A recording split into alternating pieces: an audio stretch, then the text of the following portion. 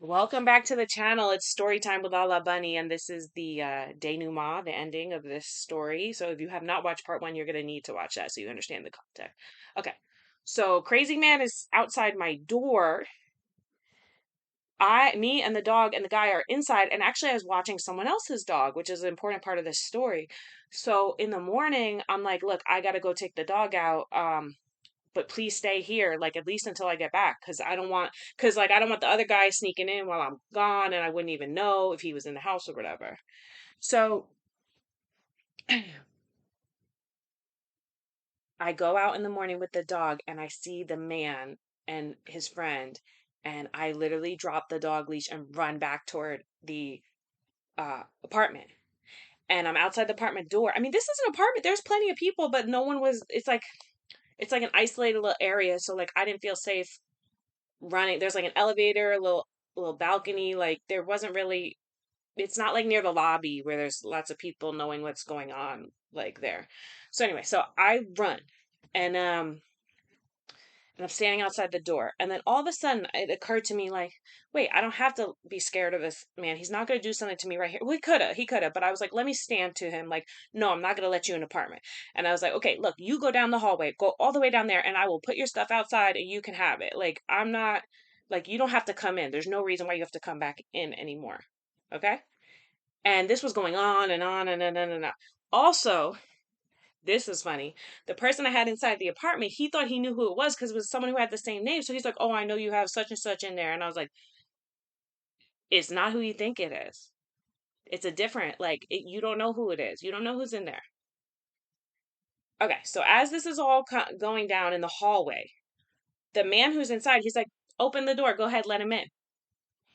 I'm like, "Okay." Because I figured not much bad could happen because there's two of us, two of them. Like, we'll see what happens. What is this man going to do? He's going to try to. I didn't know what was going to happen. Okay, so I open the door, and the homie is standing there with his gun pulled at Ka, and dude tries to run in the apartment and goes and like was like totally stopped in his tracks. So that was my hero. He saved me from that man. If you want to know how crazy that man was, I mean, he put hands on me, he stalked me, he sat outside my apartment all night. I mean, he wanted to control my whole life. He was never gonna let me go. But the gun worked, scared him away. He kept it moving. Um, and that was that. So if I was by myself, I don't know how I would have gotten out of that situation. And what I learned from this, there's a few things. One, never be in that situation again. That's why I'm trying to get financially right. Honestly, the only way to have this money, like power, is money. Like to be able to, I want a cabin in the woods. I want a perimeter. I want a security, like a fence. I want security cameras. I want double deadbolt lock. I want firearms like in the house, certain personal protective items. Like I'm not playing around, and I can't do any of that without money. And it's kind of not fair that safety is, a lot of people are unsafe in this world because they don't have the resources to make themselves safe, basically build themselves like a castle. Um, Now, if this man ever came to my house, like if I own a house, I want to own a gun, stand on business, and whatever happens, happens. But I need to train with a firearm. I believe every woman, actually every person, everyone should have a firearm. I believe that. I'm glad I live in the United States of America, Second Amendment rights. So my mistake, if I had had a firearm, I would have been able to handle the situation better myself. And if I had been, confident with it, you can't just have it. You have to be well trained in it and understand what to do with it. So this taught me to be financially secure, to be trained with a firearm, and to help others. So this is all part of my mission. So just a comment that like this man who stood up for me, he only met me that one night. He didn't know me. He put I'm not saying he put his life on the line, but he definitely stepped up. He was the one with the firearm, so he was good. He didn't know though. The other guy could have had one. He doesn't know. So this man stood up for me. I call him my guardian angel. He's my savior. We are still friendly. Like we still talk. He has a daughter. I want to be able to bless him. So if I ever make money, like I would love to buy him a house. So I mean, in a time when I had no one, now I'm gonna cry. I thought I could do this video without crying. But at a time in my life when there was no one, this man like stepped up for me big time. And then after that, I met another man who stepped up for me big time. And another friend helped me big time. Um, so, I'm lucky. I'm lucky. And I'm almost like glad in a weird way that some of this bad stuff happened to me because now I cannot judge when other that's my dog drinking water if you can hear it. Now I cannot judge other victims or survivors when stuff that happened to them and you think like, oh, I would never let that happen to me. Like I'm a strong woman. I'm very like physically strong. I'm opinionated. I'm vocal. Like I stick up for myself. I'm a fighter. Like, and I could not do anything against that other man. I needed the help of a man. It could have been a woman if she was badass. I just needed help from someone. And I want to be that badass woman for everyone else. So here, my doggy, come here, Bubba. I don't know if you're gonna see him, but he's gonna come comfort me because he heard me crying. He's my emotional support. You can't see him. Here's his tail. Um, but yeah, so that is the story of how a gang member saved my life, and it shows that like if someone is a good person or not, like doesn't matter their age, their skin color, their affiliation. He had face tattoos. A lot of people would be like scared of that kind of person, or maybe not think they're a good person, or because he has a record that he's not a good person. But he was, for me, he was. I can't say how I don't know how he treats every other person in his life. I just know for me, that man was my angel. Um, so I was able to leave California, come back to the East Coast, and now I'm just like on a mission, man. Like, whew.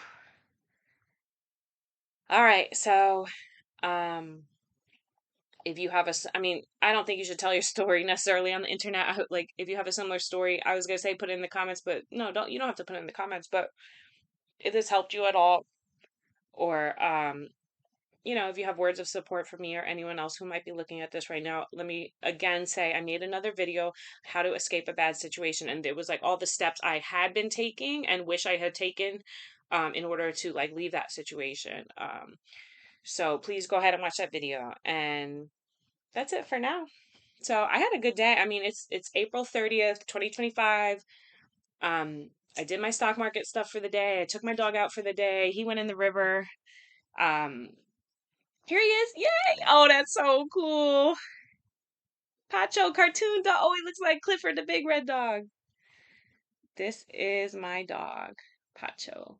Wow, you look good, Pacho. If I had those treats, I don't know where they. I would love to give him one on camera. Yeah. Here you go. Oh yeah, he loves these. Here you go, Pacho. You want it? Good boy. All right, he's gonna take that over there. Go chew on that. And that's all for today. So, for anyone who's been through some abusive situation, you can recover, you can move on, you will be stronger than ever. Uh, it is dangerous. Some people don't survive unscathed. It leaves some scars, mental and physical. Um, I have a physical scar. I got thrown into a wall, so I got stitches in my head. Um, yeah, I mean, I don't want to treat anyone like that. I can't believe there are people out there who treat people like that. Um, it's really despicable, but and there's not a lot of protection against it. And I believe that housing is the protection. Like if everyone's allowed to have their own place, that would make the world a lot safer. So also there are some shelters that allow women, well not just women, but families, children, but people who have pets, they try to help make sure you don't get separated from your pet during if you're going through some abusive situation. Um, what else? Yeah, I just want to let everyone know. So I'm 38. So if this happened 4 years ago, I was 34. I don't know if that's even right. But yeah, I'm like happy it didn't happen when I was younger. At least I was like older because these things are so damaging when they happen to you when you're younger. It's like really hard to recover. It takes years to recover from something like this. Yeah. So this, even though this is about stock trading, no one has a perfect life. Everyone's been through something abusive, whether it's at work, with relationships, with family members. Maybe not everyone. I mean, if you're really lucky, you haven't, but it is a fact of life for many people. So because this is lifestyle of a female trader, I mean, it includes my whole lifestyle. That's why I show the dog.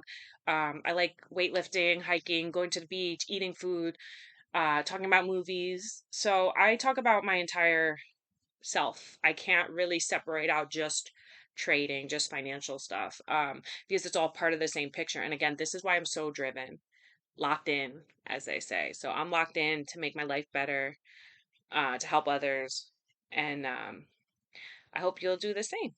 So thank you. Bye. Happy trading.